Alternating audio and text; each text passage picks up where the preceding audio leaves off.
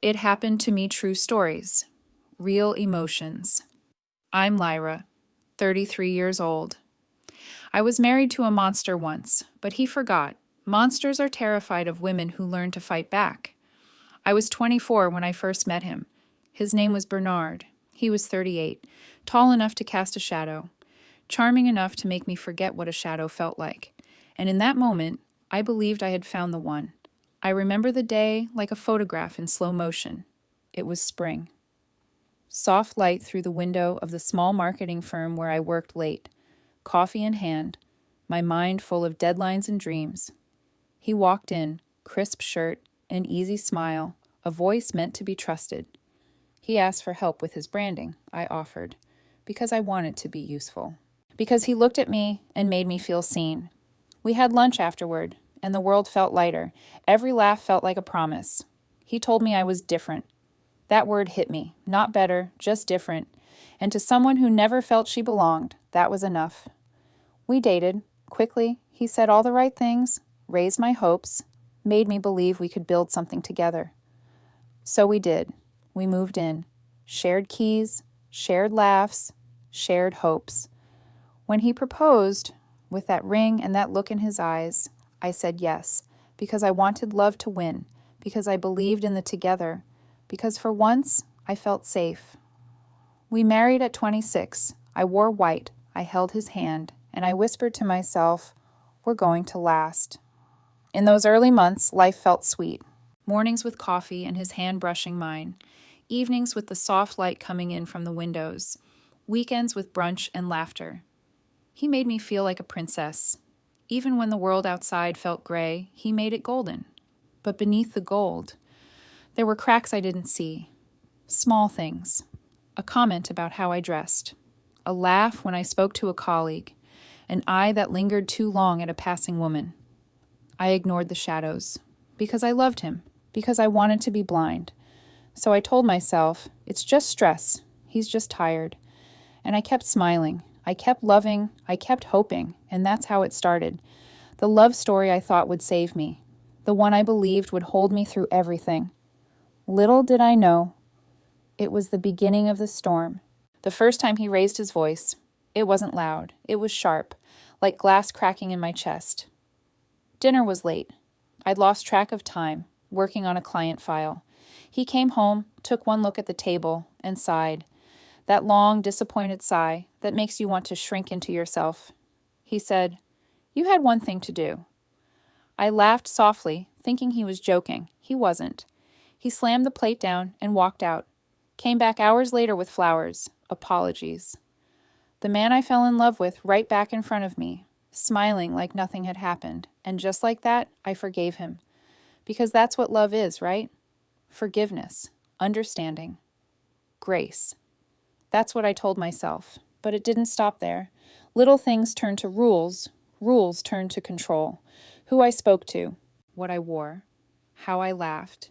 He'd say, I just don't like how that guy looks at you. Or, why do you need to go out with your friends? Don't I give you everything you need? And I'd fold myself smaller each time, until my world fit inside the space between his moods. Maggie noticed first. My best friend since college. She'd ask, are you sure you're okay? And I'd smile because what else could I do? I didn't want her to worry. I didn't want anyone to see the cracks. But cracks, they grow. They spread quietly until one day you realize you're standing inside a home that's breaking around you. Still, I stayed. Because leaving felt like failure. Because love isn't supposed to give up.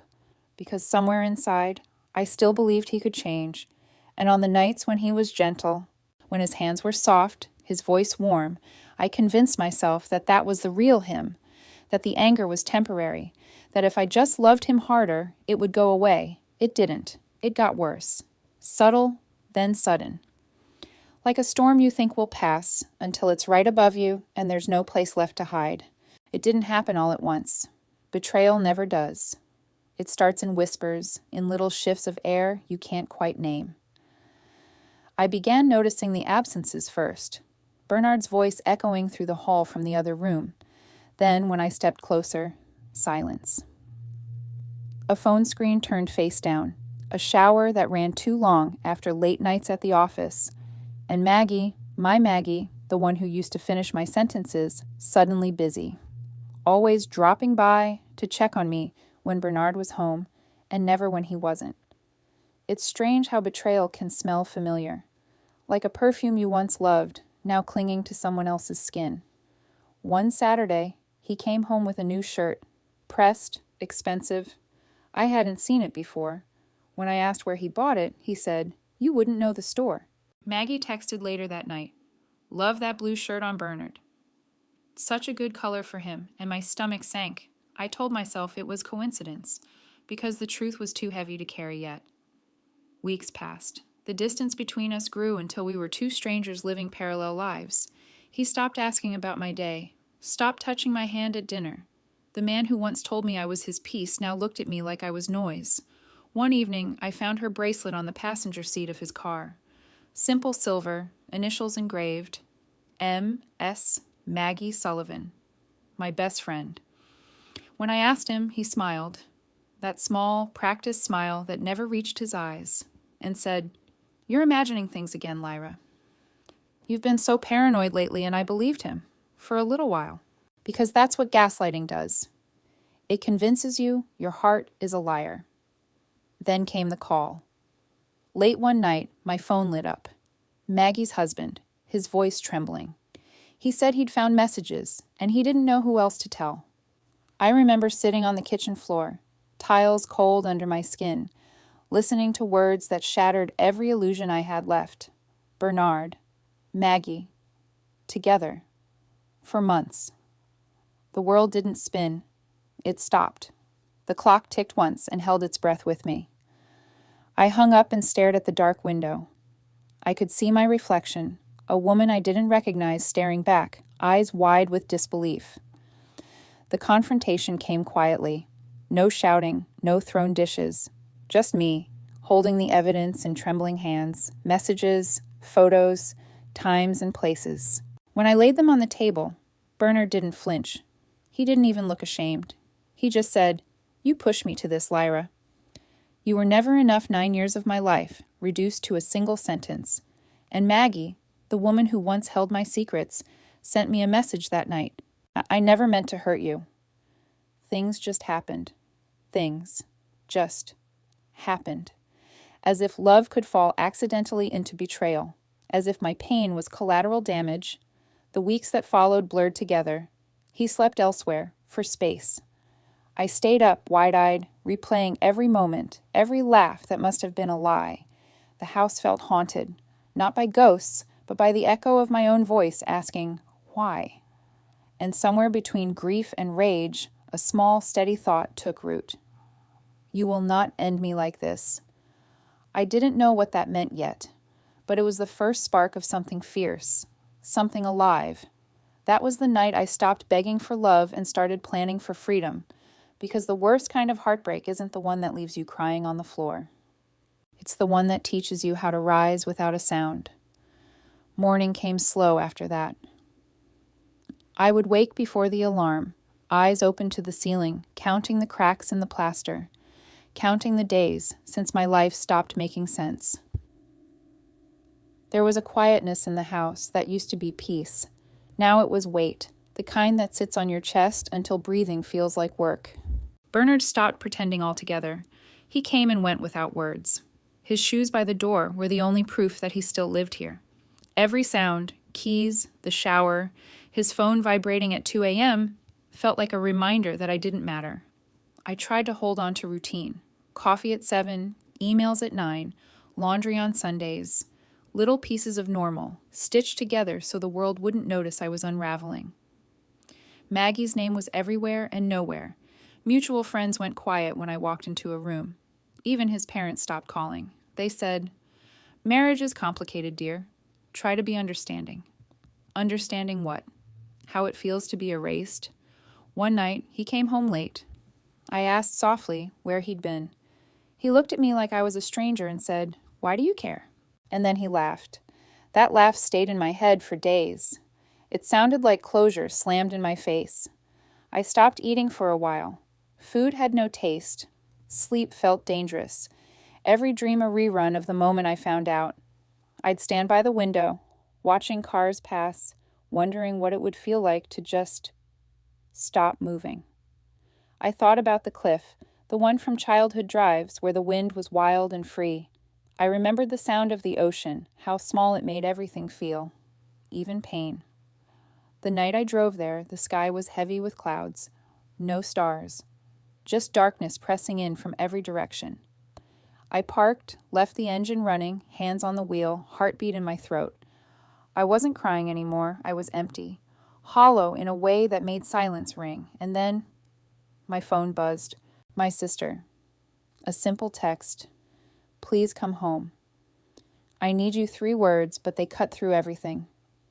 I sat there, engine humming, waves crashing below, and realized that even in this blackness, someone still reached for me.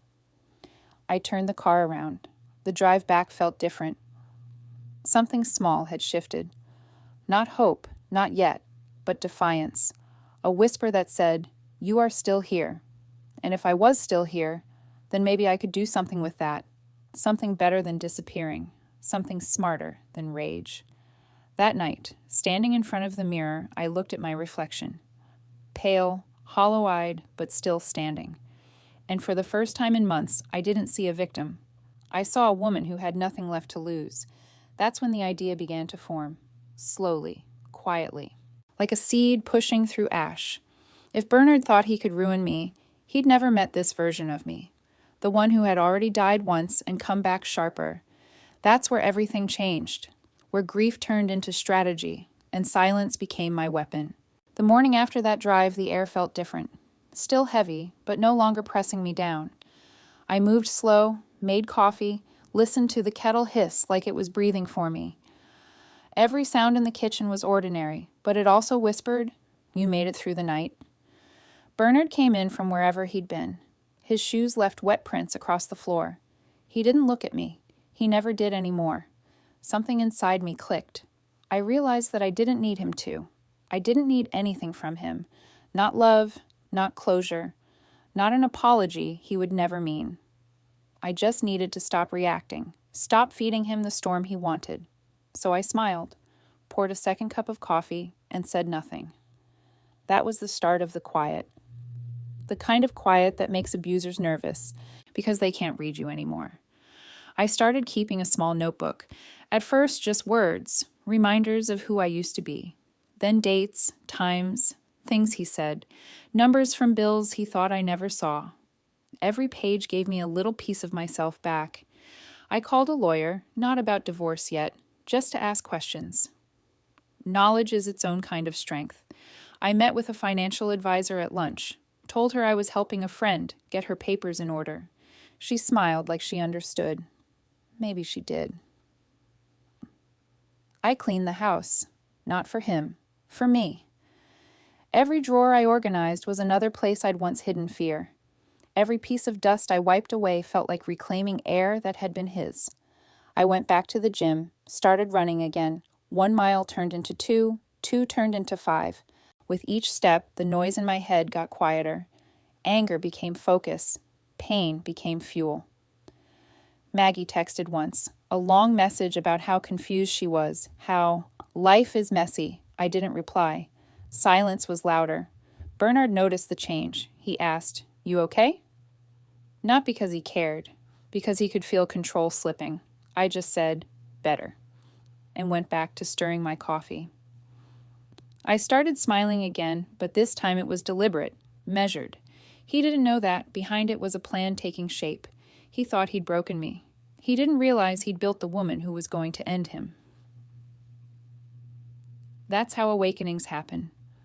Not with fireworks, but with small, deliberate acts of clarity. Every calm word a blade, every breath a choice. And for the first time in years, I felt powerful in my own silence. The calm was my camouflage.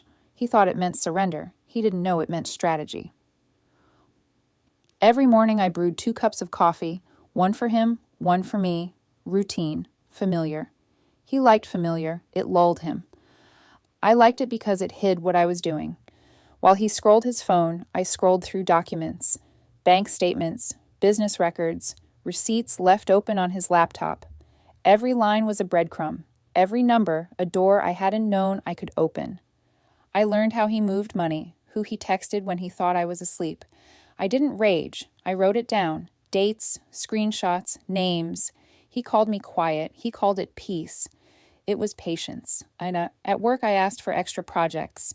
The team thought I was ambitious again. I was, but not for promotions, for independence.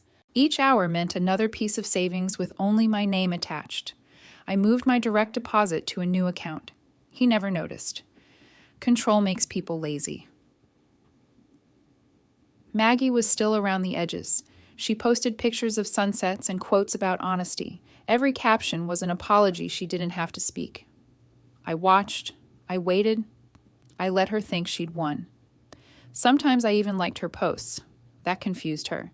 Confusion is power. At home, I spoke less, smiled more, asked him about his plans. He told me too much, like always. People brag to the ones they underestimate. He mentioned a client, a deal, a quiet investment. I found the paperwork, not illegal exactly, but close enough that daylight would burn it. So I gathered everything, neat, labeled, untraceable, back to me. And then I waited for the right storm. In the evenings, I cooked dinner. I laughed at his jokes. I looked at him like the wife he used to know. Inside, I was already gone. Every smile was rehearsal. Every nod, a countdown. He didn't notice the lawyer's card in my wallet, the second phone in my purse, the quiet hours after he fell asleep when I taught myself what freedom looked like on paper. And the best part? He thought the calm meant he'd won. That's why he got careless. He stopped hiding his messages. He left his phone unlocked. He gave me every piece I needed. One night, I looked at him across the table and realized I wasn't scared anymore. Not of him. Not of what came next. That's when I knew the game had changed. Pause. When people say revenge, they picture chaos. But the real thing, it's quiet, it's spreadsheets, it's signatures, it's patience disguised as forgiveness. Morning light spilled through the blinds in thin, sharp stripes. I remember thinking it looked like bars, except this time I was the one holding the key. Bernard was at the table, scrolling his phone, muttering about a client who'd messed up a payment. I handed him his coffee the way I always did. Same smile, same rhythm, only the inside of me was different. I'd been waiting for this week. The contracts he bragged about were due, the accounts had to reconcile, and I had already sent quiet messages to the right people, the accountant, the advisor, the lawyer. Each of them had a folder marked for Lyra. When the calls began, I didn't look up from my computer, just listened. Watched him stand, pace, his voice rising, confused, angry, defensive. I didn't say a word. By evening, he left 3 voicemails on numbers that no longer existed. The bank had questions. The paperwork wasn't clean. And suddenly the house, his car, his business trips, none of it looked as solid as he'd told everyone. I wasn't trying to destroy him. I was just done carrying the ruin he'd built. That night, I packed a bag, only clothes I loved, the notebook, and 1 photograph. The girl I used to be before all this. He came home late, face pale, tie askew. "Something's wrong with my accounts," he said. I looked up, calm, and replied, "Maybe you should talk to your accountant." Then I walked past him, out the door, into my car. The air outside felt like permission. Over the next days, I stayed with my sister, filed the papers, closed the joint accounts, moved the rest of my savings into my own name. Every step was small, every one of them irreversible. Maggie tried to call. I didn't answer. Eventually, her husband served his own papers. Sometimes truth doesn't need an audience, it just needs time to be undeniable. Bernard's parents reached out once, soft voices over the phone saying, "Maybe you two can talk it through." I smiled at their hope, the same hope I once carried like a stone in my chest. "Thank you," I said, "but I already have." They didn't understand what I meant. They didn't need to. A week later, my lawyer called. Everything was in motion, clean, legal, final. He would keep his name, but not much else. I went back to the old house one last time. The door creaked. The air smelled of dust and silence. His belongings were still there, half packed, half forgotten. I left the keys on the counter. A note beside them. This is the only thing you ever gave me that still fits. When I walked out, the sun was rising. For the first time in years, I wasn't waiting for anyone to come home. The first morning in my sister's guest room, I woke to the sound of birds. Not alarms, not footsteps. Birds. I lay there, eyes open to the soft light, and realized I was free in the smallest, truest way. No one was waiting for me to apologize for existing. Days passed like deep breaths. I learned to fill the hours again. I made coffee because I liked the smell. I walked to the market and didn't have to explain where I'd been. I laughed, really laughed, at nothing at all. Every act was ordinary, and in that ordinariness there was something holy. People whispered, of course, small towns and broken marriages always make a story. Some said I'd lost everything. They didn't see that what I'd lost was a cage. Bernard tried to reach out once. A message through mutual friends. He said he wanted closure. I didn't reply. Silence was the only closure he'd ever get. Maggie vanished from my world. No messages, no explanations. She moved to another city, and I let her. Her absence was a gift. Some debts settle themselves when you stop paying attention. I started working again. New clients, new projects. Each paycheck felt like proof. Proof that I could rebuild from nothing, and that nothing wasn't as empty as it sounded. At night, I wrote, not about them, about me. About the version of Lyra that had survived every version of them. One evening I drove back to the cliffs. The same road, the same ocean. Only this time I parked, stepped out, and walked to the edge just to feel the wind. It was wild, but it didn't call to me the way it once had. I wasn't looking for endings anymore, just horizons. If you'd told the girl standing there a year ago that she'd make it out, she wouldn't have believed you. But the woman who stood there now didn't need belief. She had evidence. People think revenge is about taking something from someone else. It isn't. It's about taking yourself back, piece by piece, until the mirror finally shows the person they tried to erase. I still keep the notebook, not for the past, but to remind myself what patience can do. Each page, a lesson in power and stillness. Each line, a promise that I'll never let anyone rewrite me again. I'm 33 now. I have scars that don't show, and peace that does. Sometimes I think about Bernard and Maggie, and it doesn't hurt, it just feels distant, like a story I once read and finally put down. I walk away from the cliff, the wind at my back, the horizon wide open, and under my breath, I say it softly, not to them, but to the girl I used to be. We did it. We're still here. That's how it ends. Not with fire, not with fury, but with freedom.